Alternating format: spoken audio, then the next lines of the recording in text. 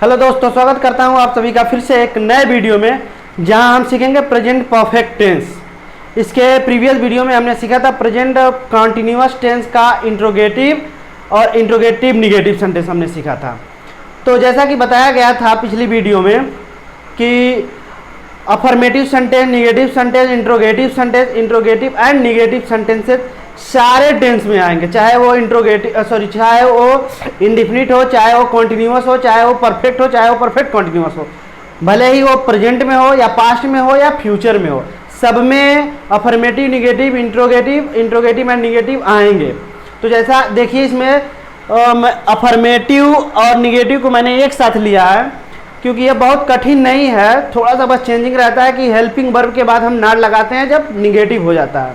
और हम ये जानते हैं कि निगेटिव की पहचान नहीं शब्द से होती है। ऐसा वाक्य जिसमें नहीं शब्द हो, ऐसा वाक्य जिसका मतलब नकारात्मक भाव उत्पन्न करे, उसको हम निगेटिव सेंटेंस कहते हैं।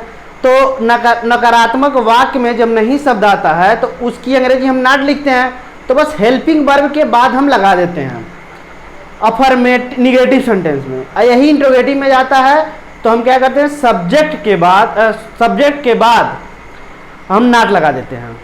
यही अंतर होता है। तो ये प्रक्रिया जो है कि सारे टेंस में चलेगा, चाहे आप प्रेजेंट का पढ़ें, चाहे आप पास्ट का पढ़ें, चाहे आप फ्यूचर का पढ़ें। तो इसीलिए मैंने अफर्मेटिव और निगेटिव का एक साथ ले लिया है। तो चलिए देखिए इसकी पहचान क्या होती है। देखिए पहचान में दिया हुआ है या है, ई है, ए है, चुका है, चुकी है, चुके हैं या चुका हूँ, ठीक, आ है, इस तरह के और शब्द आते हैं। कहाँ आते हैं? वाक्य के अंत में। ऐसा कहा जाए कि किसी भी वाक्य के अंत में चुका है, चुकी है, या है, ई है, आ है आदि शब्द आते हैं तो उन्हें प्रेजेंट परफेक्ट टेंस कहते हैं। इतने याद रखिएगा कि ये हमेशा वाक्य के अंत में रहेंगे। जैसा यहाँ पे देखिए, बनाया है, उसने एक घर बनवाया है, उसने एक घर बनवाया है, तो यहाँ पर आया या है। तुमने एक घर नहीं बनाया है, यहाँ पर देखिए या है। मैंने पत्र नहीं लिखा है, यहाँ पर देखिए आ है। यहाँ देखिए मोहन अपने भाई को पढ़ा चुका है, ठीक। इस तरह के वाक्यों में और वाक्यों के अंत में आते हैं। कौन कौन से शब्द आते हैं? चुका है, चुकी है और चुका हूँ, या है, ई है, आ है, इस तरह के शब्द आते हैं। इससे हमको पता चलता है कि ये प्रेजेंट परफेक्ट टेंस है, प्रेजेंट परफेक्ट टेंस का सेंटेंस है। और अगर वाक्य में सुकिरात्मक भाव हो तो हमें पता चलता है कि अफर्मेटिव है, और नकारात्मक भाव हो तो हमें पता चलता है कि ये निगेटिव है। और निगेटिव का असली पहचान यही होता है कि वाक्य में नहीं शब्द रहता है। तो चलिए देखते हैं। देखिए हमने यहाँ पे लिखा है अफर्मेटिव एंड निगेटिव सेंटेंसेस। यहाँ पे देखिए इसको मैंने क्या किया, लिखा है सहायक क्रिया हैज या हैव। तो इसमें सहायक क्रिया हम हैज या हैव का यूज करते हैं। इसको याद रखिए, इसमें सहायक क्रिया हैज या हैव का यूज होता है। जैसा कि पिछली वीडियो में बताया गया था कि प्रेजेंट कॉन्टिन्यूअस टेंस में सहायक क्रिया इज, आर, एम यूज होता है, उसी प्रकार इसमें प्रेजेंट परफेक्ट टेंस में सहायक क्रिया हैज या हैव का यूज करेंगे। जैसे जैसे हम स्टेप बाय स्टेप बढ़ेंगे वैसे वैसे हेल्पिंग वर्ब चेंज होता रहेगा। तो देखिए कह रहा है कि इसमें सहायक क्रिया, यहाँ पर देखिए दो पार्ट में मैंने अफर्मेटिव और निगेटिव सेंटेंस को डिवाइड किया है। तो पहला देखिए कह रहा है सहायक क्रिया हैज। इसका मतलब ये है कि सहायक क्रिया हैज का हम यूज जिसके साथ करते हैं वो आगे हमने लिख दिया है कि जब ही, सी, इट, नाउन और एक वचन का कर्ता आ जाए, ठीक। जब ही, सी, इट और नाउन आए तब तो उसके साथ हम सहायक क्रिया हैज लगाते हैं। और जब आई, वी, दे, यू और बहुवचन आए तो उसके साथ हम सहायक क्रिया हैव का यूज करते हैं। इसका स्ट्रक्चर देख लीजिए, हमने स्ट्रक्चर लिखा हुआ है कि सबसे पहले हम सब्जेक्ट लिखते हैं, फिर लिखेंगे हैज या हैव अकॉर्डिंग सब्जेक्ट, हैज या हैव अकॉर्डिंग सब्जेक्ट हम लिखेंगे। और उसके बाद क्रिया लिख करके मैंने देखिए ऊपर 3 लिखा हुआ, 3। इसका मतलब ये है क्रिया का तीसरा रूप। जैसा कि बताया गया था कि क्रिया के 3 रूप होते हैं, वैसे तो 4 होते हैं। आईएनजी फॉर्म को लिया जाता है तो 4 हो जाता है।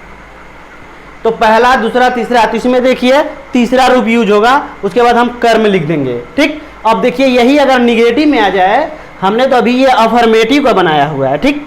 ये क्या है? अफर्मेटिव का है। यही अगर निगेटिव आ जाए तो क्या करेंगे, देखिए हेल्पिंग वर्ब के बाद नॉट लगाते हैं। तो सबसे पहले हम सब्जेक्ट लिखेंगे, यहाँ देखिए सबसे पहले हम सब्जेक्ट लिखेंगे, फिर हैज या हैव लिखेंगे, फिर नॉट लिख देंगे, उसके बाद क्रिया का तीसरा रूप, फिर कर। बस यही चेंजिंग है इसमें। तो देखिए एग्जाम्पल को देखिए कैसे बनाया जाता है। उसने एक घर बनवाया है, तो उसने देखिए यहाँ पे हम सब्जेक्ट लिखेंगे और ये अफर्मेटिव में है, स्वीकारात्मक भाव उत्पन्न हो रहा है। उसने एक घर बनवाया, ऐसा लग रहा है कि हाँ इस वाक्य का जो मतलब है वह स्वीकार कर रहा है कि हाँ उसने एक घर बनवाया। इससे हमें पता चलता है कि अफर्मेटिव है, तो अफर्मेटिव वाला रूल्स हम अप्लाई करेंगे। तो देखिए कह रहा है पहले सब्जेक्ट लिखेंगे, तो हम सब्जेक्ट मेरा यहाँ पर क्या है, उसने ही होता है, तो हम यहाँ लिख देंगे ही। उसके बाद देखिए कह रहा हैज या है, तो ही के साथ हैज लगता है, इसलिए हम हैज लिखेंगे। देखिए यहाँ पे ही, सी, इट और एक वचन के साथ हैज। उसके बाद देखिए कह रहा है कि बनवाना, तो बनवाना देखिए जब हम किसी और के द्वारा किसी चीज को बनवाते हैं तो वहां गेट का यूज करते हैं। ठीक, हम क्या यूज करते हैं, गेट का। 1 मिनट। तो हम गेट का यूज करते हैं जब कोई काम हम किसी के द्वारा यूज करवाते हैं, तो हम उसका अंग्रेजी गेट यूज करते हैं। उसके बाद हम क्रिया को तीसरे फॉर्म में लिखते हैं, बट क्रिया को तीसरे फॉर्म में लिखने से पहले हम ऑब्जेक्ट का यूज कर लेते हैं। देखिए कैसे कि बनवाया है, तो गेट हम यहाँ पे यूज करेंगे जब, क्योंकि यह लिखा है ना उसने एक घर बनवाया है। अगर ये खुद बनाया रहता तो ऐसा होता कि उसने एक घर बनाया है, क्योंकि यहाँ पर लिखा है बनवाया है, तो इसीलिए हम यहाँ गेट यूज करेंगे। गेट की थर्ड फॉर्म गॉट हो जाती है। वैसे अमेरिकन एक्सेंट में पढ़ेंगे, अमेरिकन इंग्लिश पढ़ेंगे तो उसमें गॉटेन हो जाता है। ठीक, तो यहाँ पे देखिए गॉट हो गया। उसके बाद अ हाउस, ठीक, अ हाउस। उसके बाद ये देखिए बनवाना की अंग्रेजी हम लिखेंगे, ये बनवाना की अंग्रेजी लिखेंगे बिल्ड। बिल्ड होता है first form, build third form होता है, इसीलिए हम तीसरा रूप यहां लिख देंगे। और गेट जब भी हम यूज करेंगे, ऑब्जेक्ट लिखने के बाद वर्ब की थर्ड फॉर्म, जो हमारी मेन वर्ब होती है उसकी थर्ड फॉर्म हम लगा देते हैं। ठीक, दूसरा देखिए, अब देखिए निगेटिव में, निगेटिव में देखिए तुमने एक घर नहीं बनवाया है। अब देखिए यही सेम सेंटेंस है, तो तुमने यहाँ सब्जेक्ट चेंज हो गया है, इसलिए तुमने की अंग्रेजी हम लिखेंगे क्या, यू। ठीक, उसके बाद देखिए यू के साथ हम हैव का यूज करेंगे। देखिए आई वी दे यू, यू के साथ हम हैव का यूज करेंगे। उसके बाद कह रहा है नॉट, फिर हम नॉट लगाएंगे। देखिए बनवाया है तो गेट ही हम यूज करेंगे। क्रिया का तीसरा रूप लिखेंगे तो गेट नहीं गॉट लिख देंगे तीसरा रूप। उसके बाद अ हाउस, उसके बाद लिख देंगे, यहां पे देखिए हम नीचे लिख दे रहे हैं बिल्ड, बिल्ड। ठीक, फुल स्टॉप। इसमें का देखिए दूसरा कह रहा मोहन अपने भाई को पढ़ा चुका है, मोहन अपने भाई को पढ़ा चुका है। तो हम यहां देखते हैं कि सब्जेक्ट मोहन है और ये वाक्य अफर्मेटिव में है, क्योंकि इसमें नहीं शब्द नहीं है, इसमें नहीं शब्द नहीं है।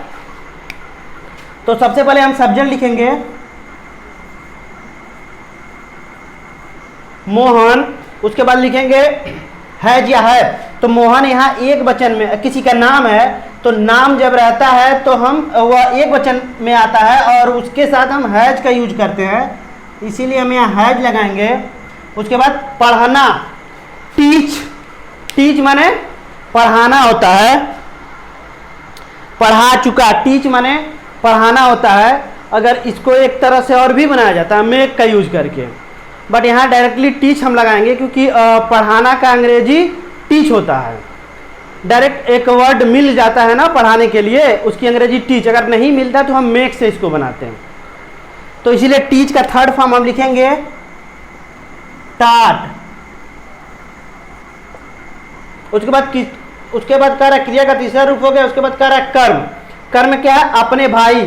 तो अपने की अंग्रेजी हम हिज लिखेंगे, क्योंकि यहाँ सब्जेक्ट मोहन है, मोहन के अनुसार हम अपने की अंग्रेजी हिज लिखेंगे, his brother, BROTH, full stop. अब देखिए यहीं अगला देख लेते हैं, मैंने पत्र नहीं लिखा है।